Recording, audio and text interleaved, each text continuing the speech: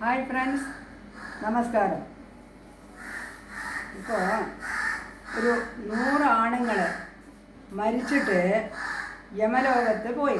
അവിടെ ചെന്നപ്പോൾ യമരാജാവ് ഇങ്ങനെ ഇരിക്കുന്നു സിംഹാസനത്തിൽ.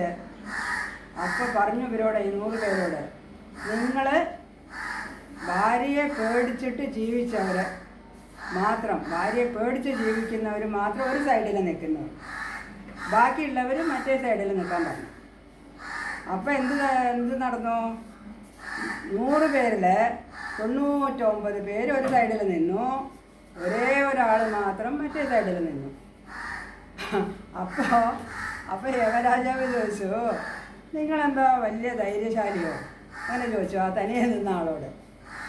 ഇല്ല യമരാജാവേ, അങ്ങനെയല്ല, ഞാൻ മരിച്ചിട്ട് വരുമ്പോൾ നിങ്ങൾ കൂട്ടത്തിലൊന്നും പോയി നിൽക്കരുതെന്ന് എൻ്റെ ഭാര്യ പറഞ്ഞിട്ടുണ്ടായിരുന്നു, അതുകൊണ്ടാണ് ഞാൻ തിന്നത് എന്ന് പറഞ്ഞു. അപ്പോൾ നിങ്ങൾക്കും BP ആയിരുന്നു അല്ലേ? യമരാജാവ് ചോദിക്കുകയാണ്. അപ്പോൾ നിങ്ങൾക്കും BP ആയിരുന്നു അല്ലേ? BP ഭാര്യയെ പേടി, അത് ആ രോഗം